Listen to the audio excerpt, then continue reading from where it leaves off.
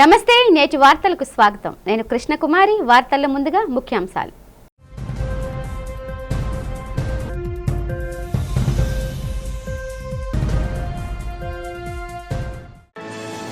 Assembly సమావేశాలలో కొనసాగుతున్న ప్రశ్నోత్తరాల కార్యక్రమం.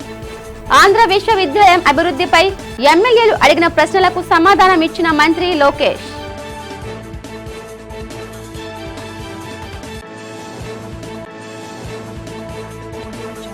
రాష్ట్రంలో కూటమి నాయకులు మతపర రాజకీయం చేస్తున్నారని మండిపడ్డ వైసీపీ మాజీ మంత్రి గుడివాడ అమర్నాథ్. దేవాదాయ భూములను ప్రైవేట్ భూమి అంటూ ఇచ్చిన అనకాపల్లి కలెక్టర్పై సిబిఐ విచారణ చేయాలని డిమాండ్. ఉపమాక శ్రీ వెంకటేశ్వర స్వామి ఆలయంలో అత్యంత ఘనంగా జరిగిన వార్షిక కళ్యాణ వేడుకల్లో పాల్గొని స్వామివారికి పట్టు వస్త్రాలు సమర్పించిన హోంమంత్రి వంగలపూడి అనిత.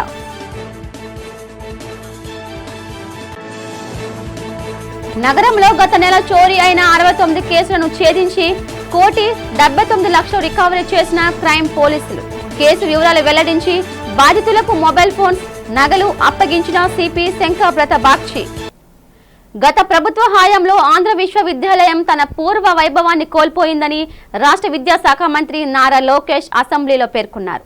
ఏయుకి సంబంధించి విశాఖ ఎమ్మెల్యేలు అడిగిన ప్రశ్నలకు ఆయన సమాధానమిచ్చారు.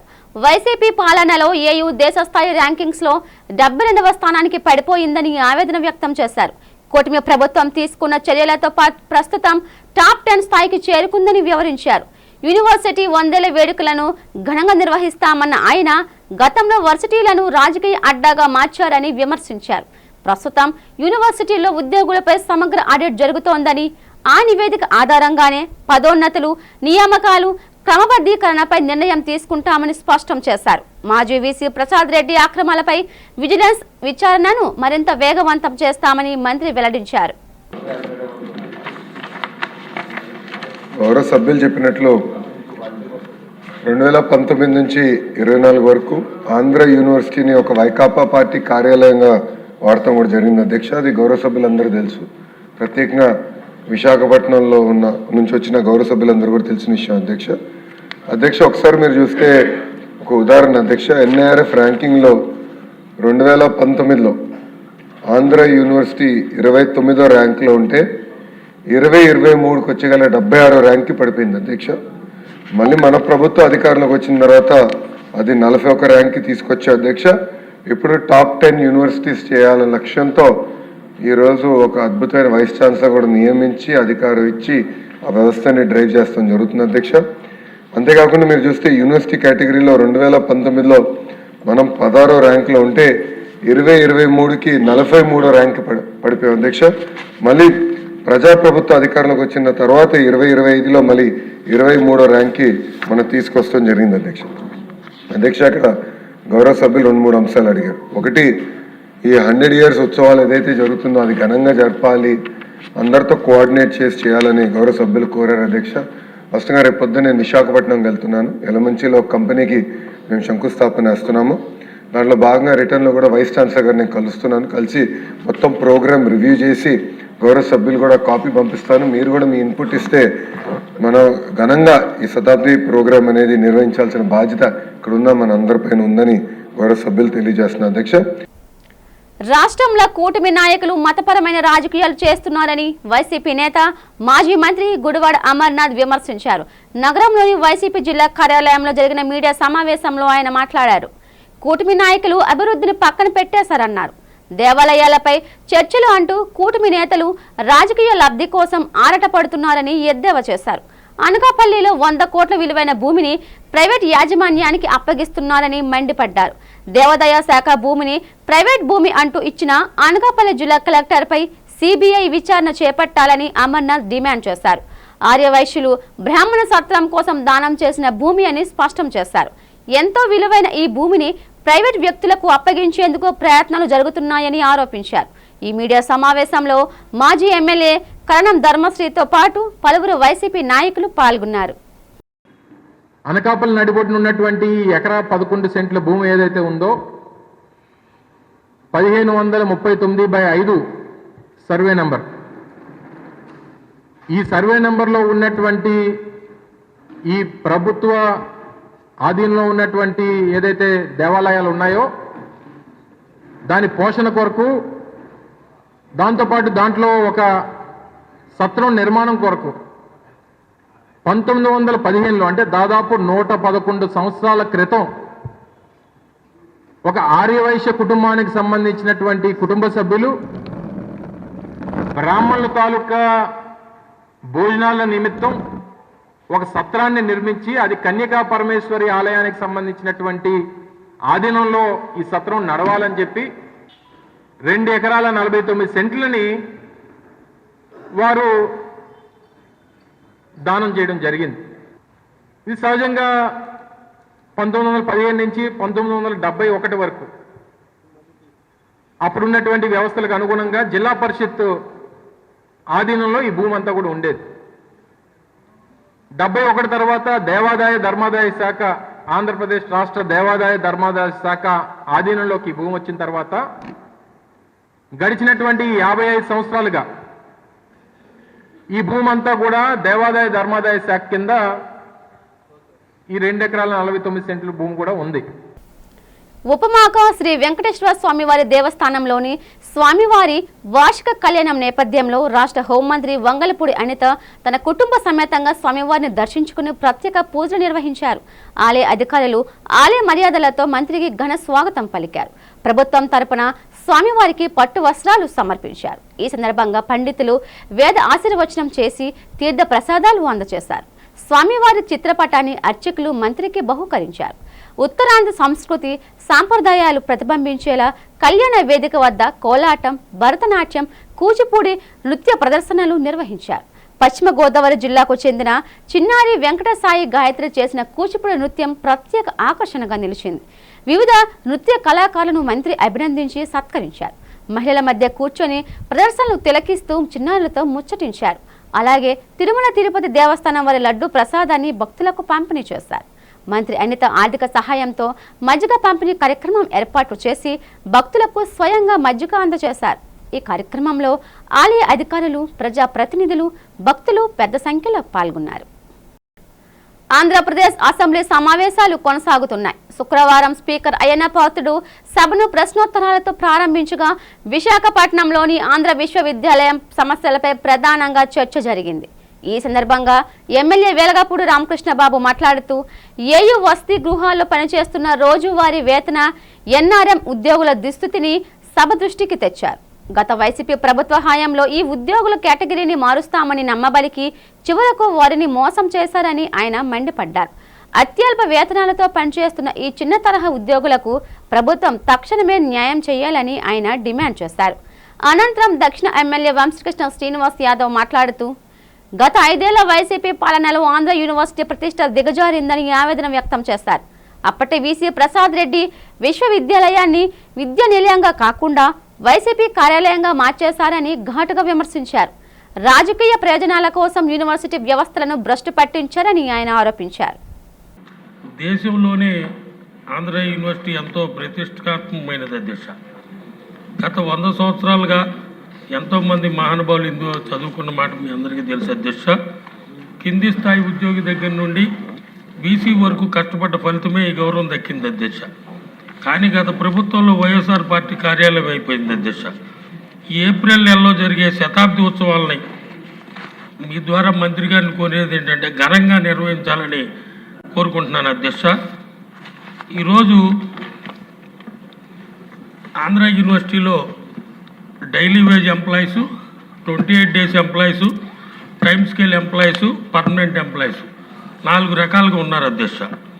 ఇందులో మంత్రి గారు చెప్పినట్లు మన ప్రభుత్వంలోనే 142 జీవో తీసుకొచ్చి కేవలం అప్పటి వీసీ జగన్మోహన్ రెడ్డి ప్రభుత్వంలో కేవలం 148 మందిని మాత్రమే టైమ్ స్కేల్లోకి తీసుకొచ్చారు అధ్యక్ష.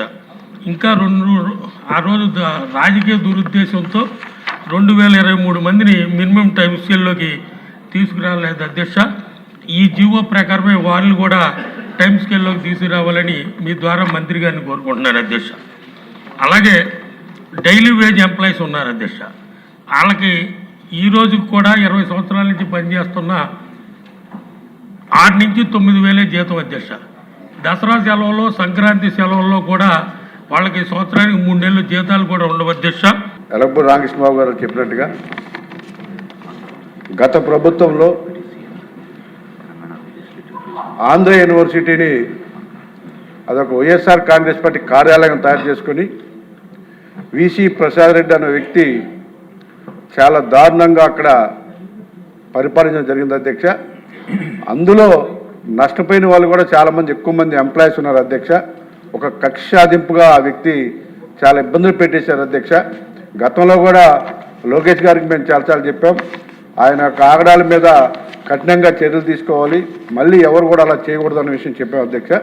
అక్కడ ఉన్నటువంటి ముఖ్యంగా ఎంప్లాయీస్ గత ప్రభుత్వం వాళ్ళు ధర్నా చేస్తుంటే వెళ్ళి హామీ కూడా ఇచ్చి ఇప్పటి వరకు కూడా పట్టించుకోవాలి అధ్యక్ష.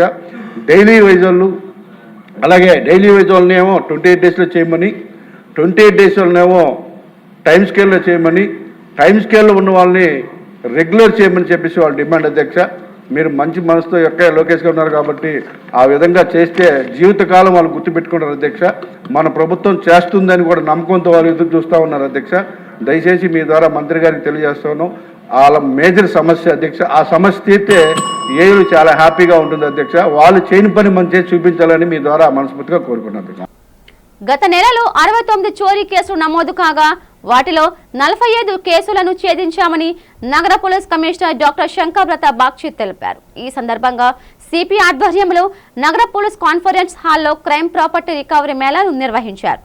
ఈ సందర్భంగా గత నెలలో జరిగిన చోరీ కేసులలో 1,02,79,845 రూపాయల సొత్తును బాధితులకు నగర పోలీస్ కమిషనర్ అందజేశారు. ఈ సందర్భంగా జరిగిన మీడియా సమావేశంలో పోలీస్ కమిషనర్ శంకర్వ్రత బాక్షి మాట్లాడారు. ఛేదించిన 45 కేసులకు సంబంధించి 76 మందిని అరెస్టు చేశామని తెలిపారు. నిందితుల నుండి 378.2 గ్రాముల బంగారం, 1041.84 గ్రాముల వెండి, 21,37,200 రూపాయల నగదును స్వాధీనం చేసుకున్నామని తెలిపారు. 2 ద్విచక్ర వాహనాలు, 423 మొబైల్ ఫోన్లు నిందితుల నుండి స్వాధీనం చేసుకుని బాధితులకు అప్పగించామన్నారు. ఈ రికవరీ మేళాలో నగర పోలీస్ అధికారులతో పాటు బాధితులు పాల్గొన్నారు. జిల్లాలో ప్రాపర్టీ అఫెన్సెస్ కాన్స్టాంట్ అవగాహన కార్యక్రమం చేపట్టడం అండ్ ప్రివెంటివ్ యాక్షన్ తీసుకోవడం, drone surveillance, 2-wheeler patrolling, food patrolling, 4-wheeler patrolling, పగలు రాత్రి మన క్రైమ్ వింగ్ కృషి చేయడం.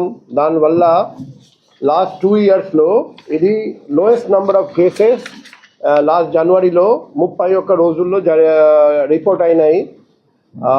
మీరు లీస్ట్ చూస్తే ఇంతకుముందు తక్కువ కేసు వచ్చేసి నవంబర్ 2025 70, అది కాకుండా డిసెంబర్ 2025 77, సెప్టెంబర్ 2025 78, అక్టోబర్ 2025 83, మే 2025 84, జూన్ 2025 84, జూలై 2024 97, మిగిలిన ఆల్ మంత్స్లో 100 or more. జిల్లాలో బాల్య వివాహాలను ఉపేక్షించేది లేదని, ఎక్కడైనా ఇటువంటి ఘటనలు జరిగితే అందుకు కారణమైన తల్లిదండ్రులతో పాటు గ్రామ సర్పంచ్ను కూడా జైలుకు వెళ్లాల్సి ఉంటుందని జిల్లా కలెక్టర్ ఎన్ ప్రభాకర్ రెడ్డి స్పష్టం చేశారు. గురువారం కలెక్టరేట్ సమావేశ మందిరంలో మహిళా శిశు సంక్షేమ శాఖ ఆధ్వర్యంలో నిర్వహించిన జిల్లా స్థాయి సమీక్ష సమావేశంలో ఆయన మాట్లాడారు. బాలికలకు వివాహ వయసు రాకముందే పెళ్లిళ్లు చేసే వారిపై పోక్సో చట్టంతో పాటు అవసరమైతే అట్రాసిటీ కేసులు కూడా నమోదు చేయాలని అధికారులను సూచించారు. బాల్య వివాహాల నిరోధానికి అంగన్వాడీ కార్యకర్తలు, మహిళా పోలీసులు సహకారం తీసుకోవాలని, మండల స్థాయిలో వాట్సాప్ గ్రూపుల ద్వారా నిరంతరం పర్యవేక్షించాలని సూచించారు. ప్రతి గ్రామంలోని యువతి యువకుల వయసు వివరాలతో కూడిన నివేదికలను సిద్ధం చేయాలని ఐసిడిఎస్ అధికారులను ఆదేశించిన కలెక్టర్ బాల్య వివాహాల వల్ల కలిగే అనర్థాలపై తల్లిదండ్రులకు వీడియోల ద్వారా అవగాహన కల్పించాలని పేర్కొన్నారు. గ్రామ, మండల, డివిజన్ స్థాయిలో కౌన్సిలింగ్ నిర్వహించి సామాజిక మాధ్యమాల ద్వారా విస్తృతం చేయాలని కలెక్టర్ సూచించారు. ప్రతి ఒక్కరూ డ్రగ్స్, గంజాయి వినియోగానికి దూరంగా ఉండాలని డాక్టర్ ఎన్ఎన్ రాజు పిలుపునిచ్చారు. అల్లూరి సీతారామరాజు విజ్ఞాన కేంద్రం ఆధ్వర్యంలో డ్రగ్స్, గంజాయిని కట్టడి చేయాలని రౌండ్ టేబుల్ సమావేశం జరిగింది. విజ్ఞాన కేంద్రంలో జరిగిన ఈ సమావేశంలో మాజీ ఉపకులపతి ఆచార్య వి బాలమోహన్ దాస్, మాజీ ఎమ్మెల్సీ ఎంవిఎస్ శర్మ, వైద్యులు జిఎస్ఎన్ చక్రవర్తి, ఎం నళిని, కె రమాప్రభ తదితరులు పాల్గొన్నారు. ఈ సందర్భంగా డాక్టర్ ఎన్ఎన్ రాజు మాట్లాడుతూ డ్రగ్స్, గంజాయి వినియోగం వలన ఉజ్వల భవిష్యత్తు, ఆరోగ్యం నాశనమవుతుందని హెచ్చరించారు. డ్రగ్స్, గంజాయి వినియోగించడం వలన కొన్ని సందర్భాల్లో విచక్షణ కోల్పోయి నేరస్తులుగా మారుతామన్నారు. డ్రగ్స్కు బానిసైతే సంఘ విద్రోహ శక్తులుగా మారుతారని ఆందోళన వ్యక్తం చేశారు. దీన్ని దృష్టిలో పెట్టుకుని మాదక ద్రవ్యాలు, గంజాయికి దూరంగా ఉంటూ చక్కని జీవితం అనుభవించాలని డాక్టర్ రాజు సూచించారు. ఈ మాదక ద్రవ్యాల తాలూకా విషయాల్లో చాలా ఆందోళనదాయకమైనటువంటి పరిస్థితుల్లో మనం ఉన్నాం. ముఖ్యంగా యువతలో ఈ గంజా, అలాగే మద్యం, ఆల్కహాల్ తాలూకా బానిసత్వం రోజు రోజుకి పెరుగుతూనే ఉంది. ముఖ్యంగా దగ్గరగా ఒక 15% దాకా, అంటే 15% మంది ఈ మద్యానికి, ఒక 3% వరకు గంజాకి బానిసలు అవుతున్నారని అంచనాలు చెప్తున్నాయి. అదృష్టవశాత్తు మన వైపు ఓపియం అంటే అది లేదు. కానీ మనకు ముఖ్యంగా మన విశాఖపట్నంలో ఇబ్బంది కలిగిస్తున్నది గంజా తాలూకా బానిసలు అవుతున్నారు. అలాగే పిల్లలు, యువత వాళ్ళలో ఎక్కువగా కనిపిస్తోంది. ఇది ముఖ్యంగా ఇది ఎక్కువగా తీసుకోవటం వలన వాళ్ళలో ఆసక్తి నశిస్తుంది. చదువు మీద కానీ పని మీద కానీ ఏకాగ్రత పోతుంది. అలాగే ఇంకొన్నాళ్ళు తీసుకోవటం వలన ఒక మెదడులో మార్పులు జరిగి ఒక పిచ్చి వాళ్ళ ప్రవర్తించే అవకాశాలు ఉన్నాయి. ముఖ్యంగా చదువులో పూర్తిగా వెనకపడిపోతారు.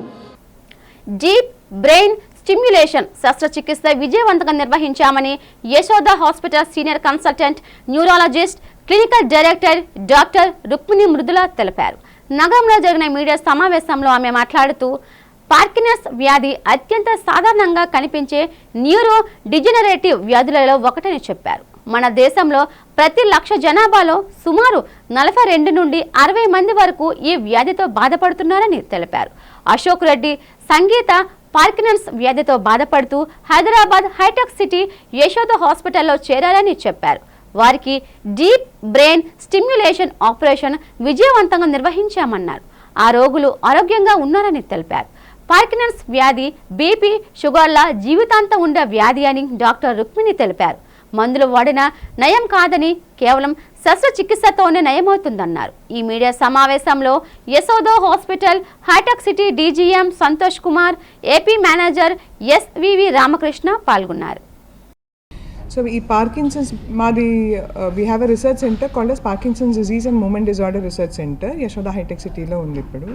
దాంట్లో డాక్టర్ రూపం బోర్గోహెన్ గారు అని మా సీనియర్ కొలీగ్, నేను, doctor Shruti, neurosurgeon doctor Rajesh, and ఇంకా మిగతా వాళ్ళు డాక్టర్ వివిఎస్ఆర్కే ప్రసాద్ గారు అండ్ కొందరు వేరే డాక్టర్స్, మొత్తం ఒక team only movement disorders patients గురించి చూసుకుంటున్నాం. సో న్యూరాలజీలో ఈ మూమెంట్ డిజార్డర్స్ అన్నది కొంచెం అంటే కదలికలు తక్కువ ఉండే వాళ్ళకి ఇబ్బంది రావడం, కదలికలు తక్కువ ఉండి ఇబ్బంది రావడానికి మూమెంట్ డిజార్డర్స్ అంటాం. సో దాంట్లో చాలా కామన్ అన్నది పార్కిన్సన్ డిజీజ్. పార్కిన్సన్ డిజీజ్లో ఏమవుతుందంటే కొంచెం మూమెంట్స్ తగ్గుతాయి. నార్మల్గా ఉన్న మూమెంట్స్ స్పీడ్ కానీ అమౌంట్ ఆఫ్ యాంప్లిట్యూడ్ రెండు తగ్గుతాయి. వాళ్ళకి దాంతోపాటు వణుకు రావచ్చు. వణుకు అనేది మామూలుగా కూర్చున్నప్పుడు వణుకు రావచ్చు. దాంతోపాటు వాళ్ళకి వేరే ప్రాబ్లమ్స్ స్టార్ట్ అవుతాయి. మాట్లాడడంలో తేడా రావడము, హ్యాండ్ రైటింగ్ చేంజ్ అవ్వడము, స్లో అయిపోవడము, కొంచెం వంగిపోవడము, ఇది కాకుండా నిద్రలో కలలు రావడం, కలవరింతలు రావడము, యూరిన్ కొంచెం అర్జెంట్గా అవ్వడము, కాన్స్టిపేషన్ ఉండడం, స్మెల్ రావడం, ఇవన్నీ కాన్స్టలేషన్ ఆఫ్ సిమ్టమ్స్ పార్కిన్సన్ డిజీజ్లో వస్తాయి. ప్రముఖ పుణ్యక్షేత్రమైన సింహాచలం శ్రీ వరహ లక్ష్మీ నరసింహ స్వామివారికి గురువారం ఒక భక్తురాలు భారీ వెండి కానుకను సమర్పించారు. విశాఖపట్నం కంచనపాలెం ఎన్జిఓస్ కాలనీకి చెందిన శ్రీమతి విశ్వనాథ చంద్రిక తన కుటుంబ సభ్యులతో కలిసి స్వామివారిని దర్శించుకొని మొక్కుబడిలో భాగంగా 2.760 కిలోగ్రాముల బరువున్న 2 వెండి ఇత్తడి దీపపు కుందులను అందజేశారు. ఆలయ కార్యనిర్వహణ అధికారి J Venkatrao, deputy EO Singam Radha, AEO Tirumaleswararao సమక్షంలో ఈ కానుకలను దేవస్థానానికి అప్పగించారు. ఈ సందర్భంగా దాత కుటుంబానికి అధికారులు ప్రత్యేక దర్శన భాగ్యం కల్పించగా వేద పండితులు ఆశీర్వచనాలు అందజేస్తారు. అనంతరం ఈవో వారిని శేష వస్త్రంతో సత్కరించి స్వామివారి ప్రసాదాలను అందజేశారు. భక్తులు సమర్పించే ఇటువంటి కానుకలు స్వామివారి నిత్య కైంకర్యాలకు ఎంతో దోహదపడతాయని ఈ సందర్భంగా ఈవో పేర్కొన్నారు. ఓ రిటైర్డ్ ఉద్యోగి అజాగ్రత్త వల్ల పోగొట్టుకున్న లక్షల విలువైన బంగారు ఆభరణాలను కంచరపాలెం క్రైమ్ పోలీసులు గంటల వ్యవధిలోనే గుర్తించి బాధితులకి అప్పగించారు. విశాఖ పోర్టులో పనిచేసి రిటైర్ అయిన యలమంచిలి వెంకట్రావు గొల్లకంచరపాలెం తోటవీధిలో నివసిస్తున్నారు. ఆయన ఇటీవల ముతూట్ ఫైనాన్స్లో తన బంగారు గొలుసు 2 ఉంగరాలను సుమారు 3.50 లక్షలు చెల్లించి విడిపించుకున్నారు. అనంతరం కంచరపాలెం దమయంతి సూపర్ మార్కెట్కు వెళ్లి షాపింగ్ చేసి ఇంటికి వెళ్లే క్రమంలో వాహన తాళాలు తీస్తుండగా జేబులో ఉన్న బంగారు ఆభరణాలు ప్రమాదవశాత్తు కింద పడిపోయాయి. ఇంటికి వెళ్లాక ఆభరణాలు లేవని గుర్తించిన బాధితుడు వెంటనే నగర పోలీస్ కమిషనర్కు వాట్సాప్ ద్వారా సమాచారం అందించారు. కమిషనర్ ఆదేశాల మేరకు రంగంలోకి దిగిన కంచరపాలెం పోలీసులు క్రైమ్ ఎస్ఐ షేక్ అబ్దుల్ మరూఫ్ నేతృత్వంలో దర్యాప్తు చేపట్టారు. సుమారు 20 సీసీ కెమెరాల ఫుటేజ్ను క్షుణ్ణంగా పరిశీలించి బంగారు వస్తువులను సురక్షితంగా స్వాధీనం చేసుకున్నారు. అనంతరం బాధితుడిని పిలిపించి ఆభరణాలు అందజేశారు. సాంకేతికత పరిజ్ఞానంతో వేగంగా స్పందించి తన సొత్తును తిరిగి అప్పగించినందుకు బాధితుడు police commissioner, DCP crimes SI సిబ్బందికి కృతజ్ఞతలు తెలిపారు. ఇలా ముద్దుడి ఫైనాన్స్లో వస్తువులు తాగట్టు పెట్టారు. కొన్ని అవసరమైన దీనిలోని ఆ వస్తువులు మొన్న నల్ల చైను 2 ఉంగరాలు సుమారు 3.5 లక్షలు ఖరీదు చేస్తుందండి. ఆ వస్తువులు రిలీజ్ చేసుకొని దమయంతి షాప్కి వెళ్ళి కిరాణా మార్కెటింగ్ చేశాను. మార్కెట్ చేసి బయటకు వచ్చినప్పుడు జోబులో నుంచి తాళం తీసినప్పుడు మా జోబులో తాళంతో పాటు ఈ ముచ్చు కవర్తో వచ్చిన వస్తువులు కింద జారిపోయాయండి. పారిపోయి దీని మీద ఇచ్చేసి అప్పుడు చూసుకోగానే ఇంటికి వెళ్ళిపోయాను. ఇంటికి వెళ్ళిపోయిన తర్వాత ఒక గంట తర్వాత జోబీలో తొడుగుంటే జోబీలో వస్తువులు లేవండి. వస్తువులు లేకపోతే వాట్సాప్ ద్వారా సిపి గారికి మెసేజ్ పెట్టడం జరిగిందండి.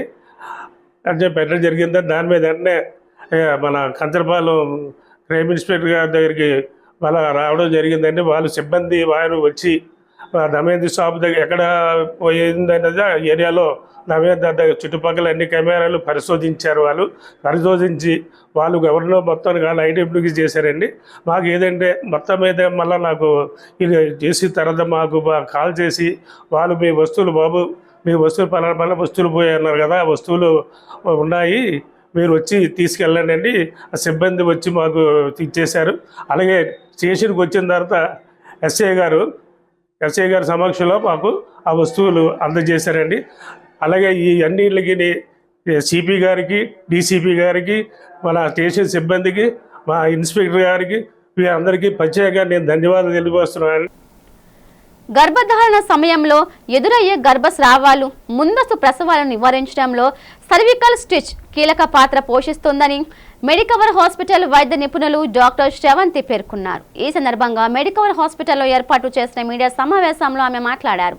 ప్రధానంగా సర్వికల్ బలహీనంగా ఉన్నట్లు నిర్ధారణ అయిన వారికి, గతంలో 4 లేదా 5 నెలల్లో వరుసగా గర్భస్రావాలు జరిగిన వారికి, ముందస్తు ప్రసవాల చరిత్ర ఉన్నవారికి గర్భధారణ 4వ నెలలో ముందుగానే ప్లాన్ చేసి ఎలెక్టివ్ ఎంక్లరాజ్ పద్ధతిలో ఈ స్టిచ్ వేస్తామన్నారు. అలాగే గర్భాశయ ఆకారంలో లోపాలున్నవారు, గతంలో సర్విక్స్ పై శస్త్రచికిత్సలు చేయించుకున్న వారికి కూడా ఇది అవసరమవుతుందని తెలిపారు.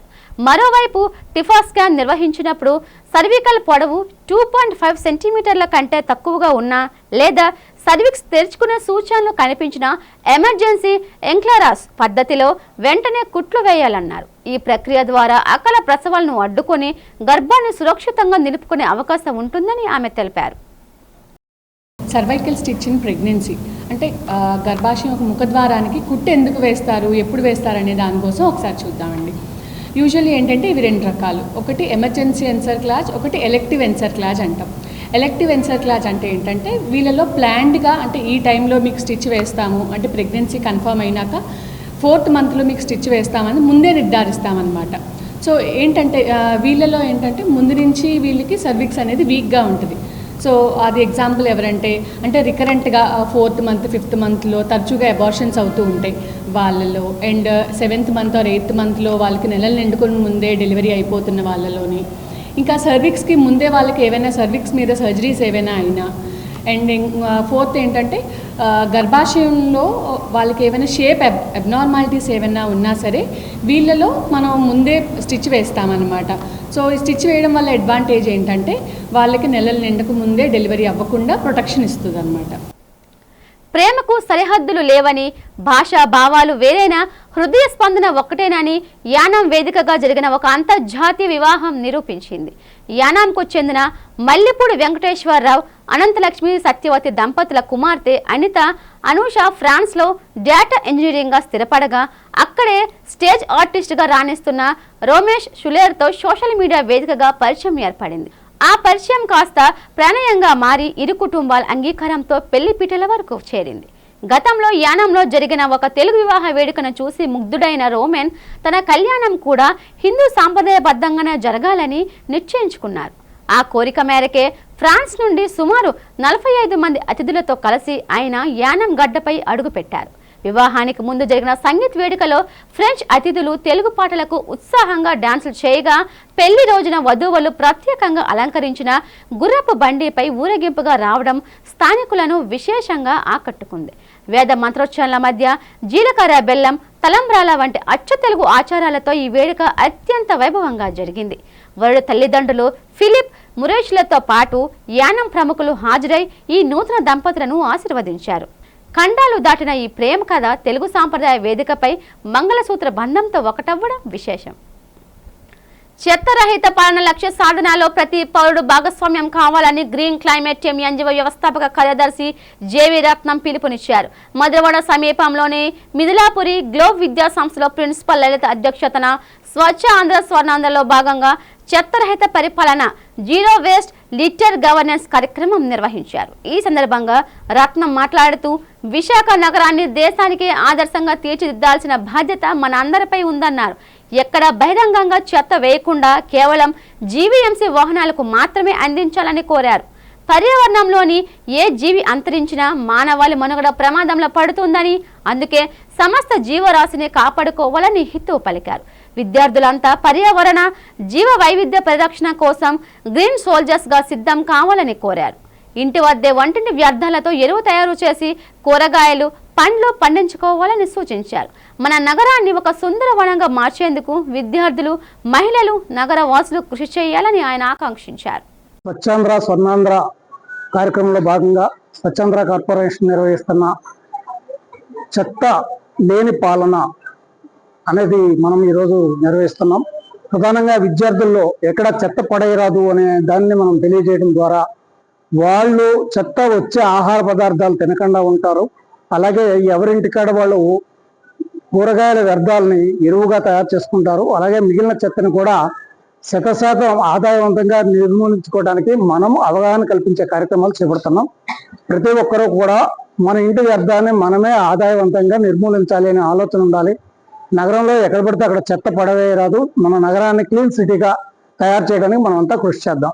ఈనాడు ఇక్కడ ఆంధ్రప్రదేశ్ లో చెత్తరహిత పాలన మొదలు పెట్టారు. అది అందరం కూడా గౌరవిద్దాము.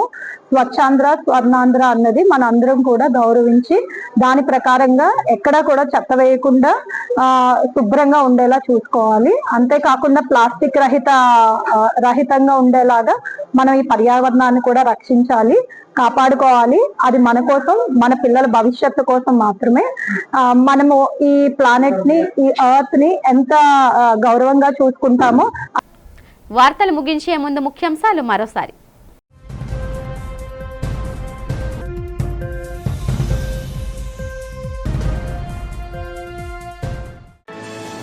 అసెంబ్లీ సమావేశాలలో కొనసాగుతున్న ప్రశ్నోత్తరాల కార్యక్రమం. ఆంధ్ర విశ్వవిద్యాలయం అభివృద్ధిపై ఎమ్మెల్యేలు అడిగిన ప్రశ్నలకు సమాధానం ఇచ్చిన మంత్రి లోకేష్.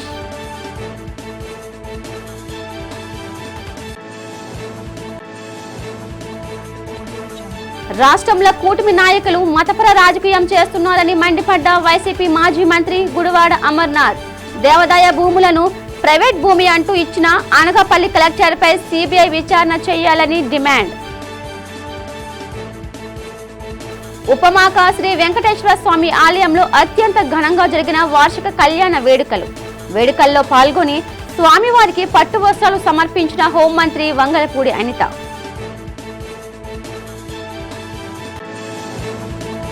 నగరంలో గత నెల చోరీ అయిన 69 కేసులను ఛేదించి 1,79,00,000 రికవరీ చేసిన క్రైమ్ పోలీసులు. కేసు వివరాలు వెల్లడించి బాధితులకు మొబైల్ ఫోన్స్, నగలు అప్పగించిన సిపి శంకర్ ప్రతాప్ బాక్షి. ఈ వార్తలు ఇంతటితో సమాప్తం. నమస్తే.